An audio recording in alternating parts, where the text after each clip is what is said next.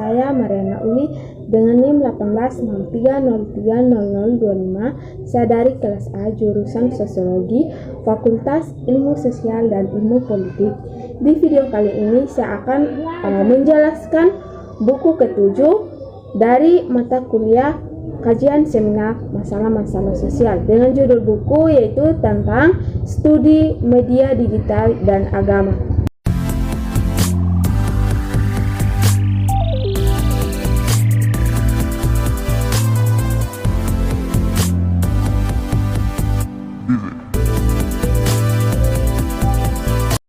Baik, langsung saja di dalam pembahasan. Pembahasan yaitu tentang studi tentang media digital dan agama. Baik, media dalam perkembangannya. Di sini tidak hanya menjadi entitas yang menghasilkan produk budaya, ekonomi, dan politik. Namun, media saat ini menjadi sebuah entitas yang membawa berbagai ideologi bahkan agama.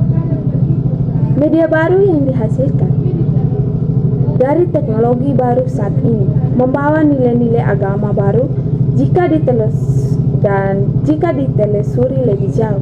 Media di sini ternyata membawa teologi baru atau baru teologi beragama hertz hampir secara keseluruhan, mencari sumber hukum, agama atau dasar teologi dari media baru. Kondisi tersebut di sini semakin tampak nyata dengan munculnya internet atau yang disebut dengan media baru.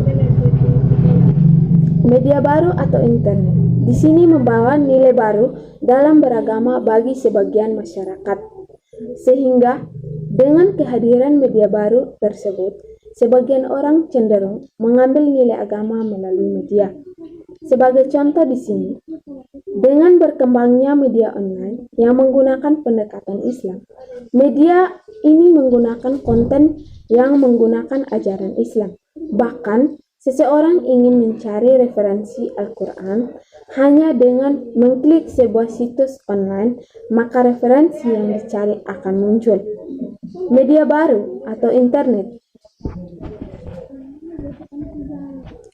Media baru atau internet juga bekerja sebagai entitas untuk menyebarkan ajaran agama. Jika seseorang ingin menyebarkan agama harus menempuh jalan kaki, maka dengan saat ini media baru internet sudah menyediakan ruang bagi orang, kelompok atau lembaga yang akan menyebarkan agama. Dengan menggunakan situs online, maka seseorang dapat membuat program penyebaran konten keagamaan. Konten yang dibuat tersebut menembus batas, ruang, waktu, dan bahkan sekat-sekat negara. Sebagai contoh dalam penggunaan media online atau YouTube untuk menyebarkan video, jika dahulu ceramah atau dakwah dilakukan dengan ceramah di mimbar, maka sekarang cara tersebut sudah tidak efektif lagi dilakukan. Dakwah atau penyebaran agama Islam akan lebih efektif dengan memanfaatkan media baru atau internet. Selain itu, hasilnya akan dilihat oleh orang lain dan jumlah yang tidak terbatas.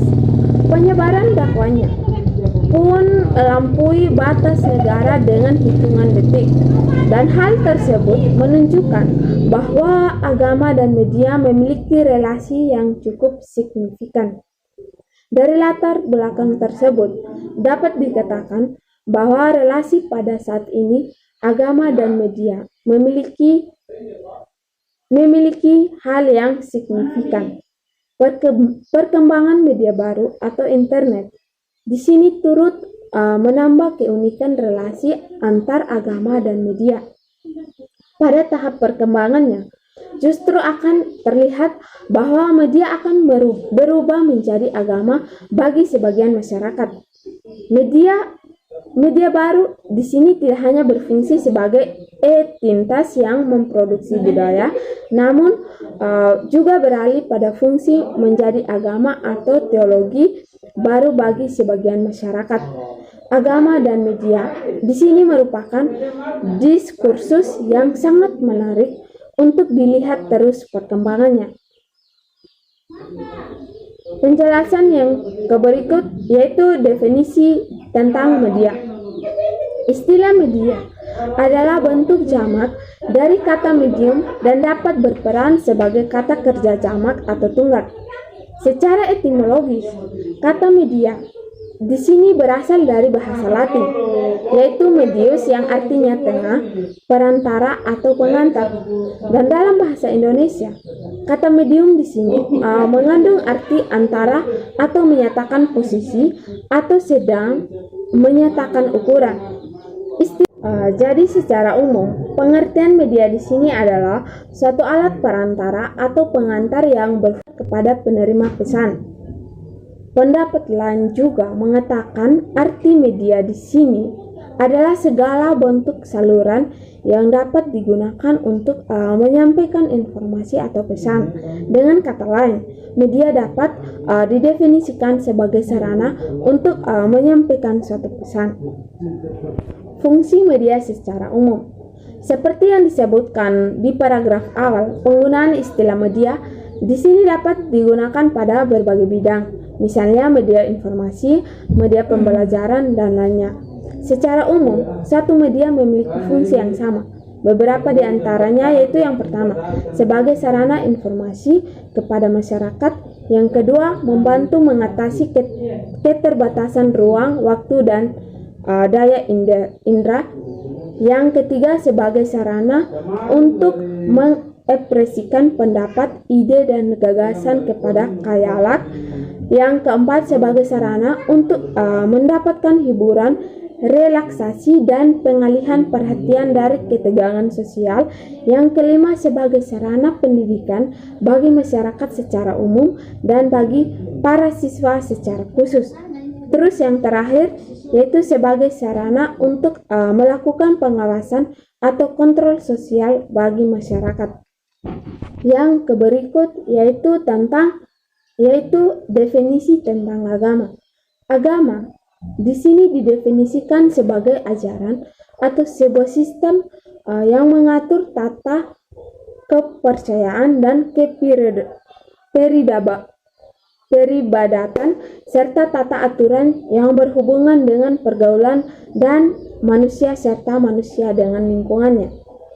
Agama adalah sistem yang mengatur kepercayaan serta peribadatan kepada Tuhan yang Maha Kuasa serta tata kaidah yang berhubungan dengan budaya dan pandangan dunia yang menghubungkan manusia dengan tatanan kehidupan.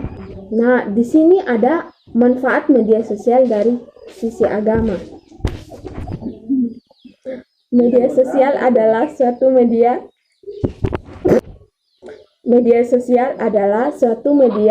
yang digunakan untuk mengetahui keadaan orang-orang di luar sana dalam rangka bersosialisasi dan bahkan bisa digunakan untuk menyebarkan kebaikan.